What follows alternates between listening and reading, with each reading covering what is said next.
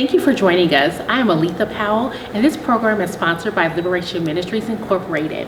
This is a program of emotional healing and restoration, which is a therapeutic and spiritual event. The topic for today is overcoming the prideful barrier to healing. In this session, we will review the topic of pride and get a better understanding of its impact on our actions, thoughts, and self-perceptions. We have with us today Elder Ronald Johnson, Dr. Jacqueline Carroll from Liberation Ministries Incorporated. Emotional healing and restoration, which is a therapeutic and spiritual event. Tell us about yourself, starting with Elder Johnson and Dr. Carroll. Hi, I am Elder Ron Johnson of Liberations Ministry. I'm a graduate of Indiana Wesleyan University, and I'm currently here because Dr. Carroll appointed me the opportunity to speak on behalf of Liberation Ministry. I'm Dr. Jacqueline Carroll, overseer for Liberation Ministries, and I'm also a licensed mental health counselor, and I have a certification as a credentialed sexually abused youth clinician, where I work with youth who have problematic sexual behaviors. And so we're glad to be here today to share our thoughts and concerns regarding pride. Elder Johnson, in the April 25th, 2026 video, the podium coordinator made potent statements. He stated that a person may get violated in prison and come out with aggressive tendencies because of their pride keeps them from talking to anyone about their violence they experience. Can you tell us more about how that would prevent healing from occurring with them after we look at the video? Thank you, Elder Johnson. Because some of our young men that are being released back into the community have been victims of rape inside the prisons. And they're so proud that they're not going to tell anybody. So they come out, they're volatile, they're angry, they're explosive, and they don't know what to do with it. So they walk around pretending to be the man, and afraid that when the brother that comes out, who raped them, comes out and tells the story, then they'll be mistreated on the streets. Yes, being incarcerated and you're under enough pressure as it is. I get it, I understand. But the act of pride comes in. What took place there, if you don't open up and talk to someone about it, you'll just carry that with you for the rest of your life. And you'll become engulfed in your shame, and you'll end up being prideful. In the process, if you run the risk of violating someone else as well. And you stand a risk of becoming a repeat offender. So with that in mind, I just suggest talk to someone immediately, and explain to them what did take place, so you can resist the desire to become prideful. Dr. Carroll, let's look at the clippings from March 7th, 2026, where the podium coordinator stated, "Pride is a deterrent to healing from trauma." And then we'll discuss this topic further. Pride is a deterrent to getting healed from trauma. Pride is a deterrent. You can't get rid of the trauma if you keep saying there's nothing wrong with you. If you keep lying and say, I'm all right, when you're really not all right. So we have to do something about that pride. Looking at that clipping, we'll see that the podium coordinator made that remark that pride is a deterrent to the healing of trauma. And pride operates in so many different ways that will prevent healing from occurring. When a person gets to the point, and this is generally what happens with pride, is that they want to present themselves in the facade of being something more than what they actually are. And when they do that, a lot of times it's because of the fact that they're trying to hide what actually happened. They're trying to hide it from themselves, because other people may not know about what may have occurred or what type of trauma they may have experienced. And this is with any type of trauma. But you find this is very common amongst people who may have been violated as youngsters or even as adults, individuals that may have been violated. They may not want somebody to know that certain things have happened, so they cover it over with pride. Pride within itself is an excuse to feel that you are better or greater than the situation that you have experienced. It can operate as a deterrent because it prevents a person from dealing with the real, what actually happened. And so as long as they put up this facade along with this pride, then they may not address the issue at hand. Elder Johnson, in what ways does pride prevent us from obtaining the healing that is needed? Pastor Crow, who has departed this life, made an astonishing remark when she spoke about the fact that all of us have experienced trauma in some way or another.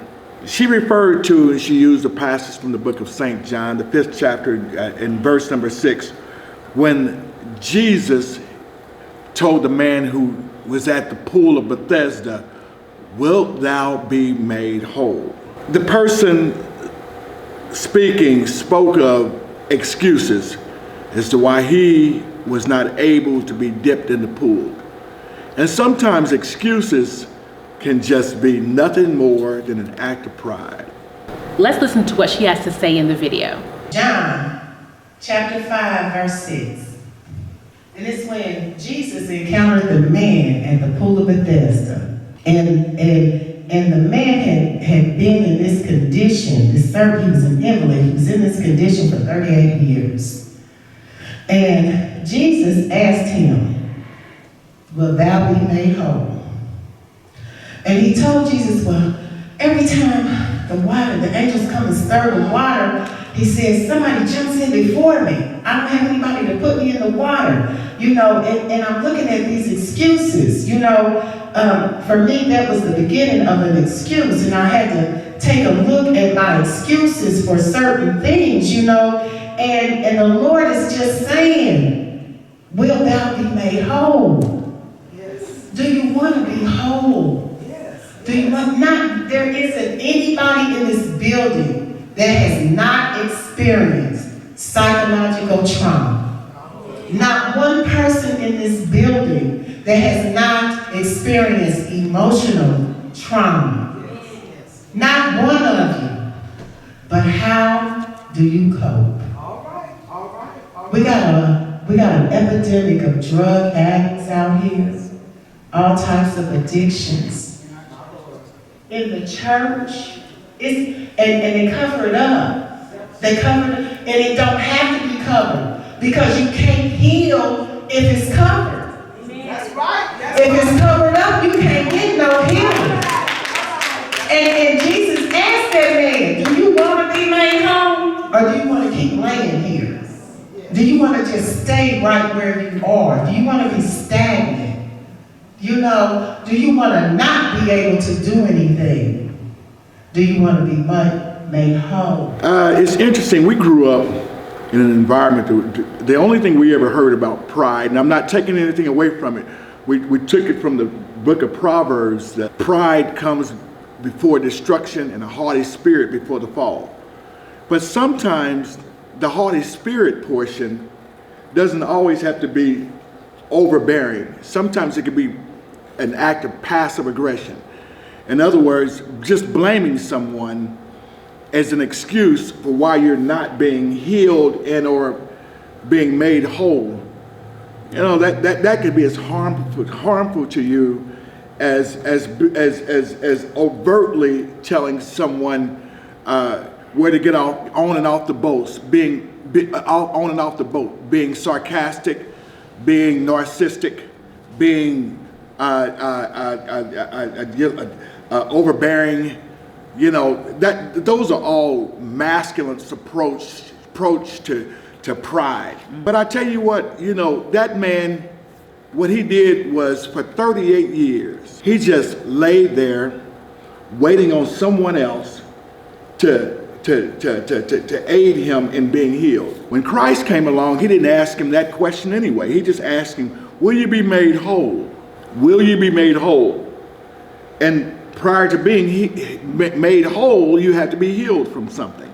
And so I thought, for an example, that you can't continue the way you are. You can't continue lying in what hurt you and what harmed you, and not opening your mouth and then sharing with others what you've gone through and what you're going through.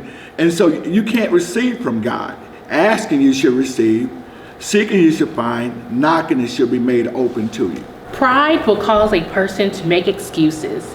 Excuses will prevent healing. Because to create excuses is to deny the problem. You can't heal if it's covered. Elder Johnson, what steps can a person take to recognize pride and remove it as a barrier to healing? First of all, I sincerely believe that you have to open up to yourself and at least give yourself the opportunity to understand that, hey, I'm the one hurting here. It's my problem. It's something that I'm going through. Thinking that I can get this, I can do this myself. I don't need, I'm fine, I'm okay. I've been all right for the past so many years. In the case of the individual at the Pool of Bethesda, for 38 years, he's been okay with it. I'm telling you from personal experience, I've been through some trauma that for 40 years or better, I just was in denial. It's not happen. It's nothing wrong. I'll be okay.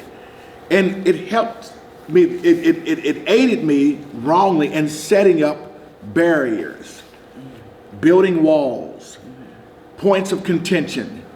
And then it developed a cycle within me to where I could only hide that, mask that for a certain period of time, and I had to go back and repeat that act of wrongness again in some capacity or another. So I suggest, first of all, get with somebody who can help you. Dr. Carroll, what remarks do you have on this subject?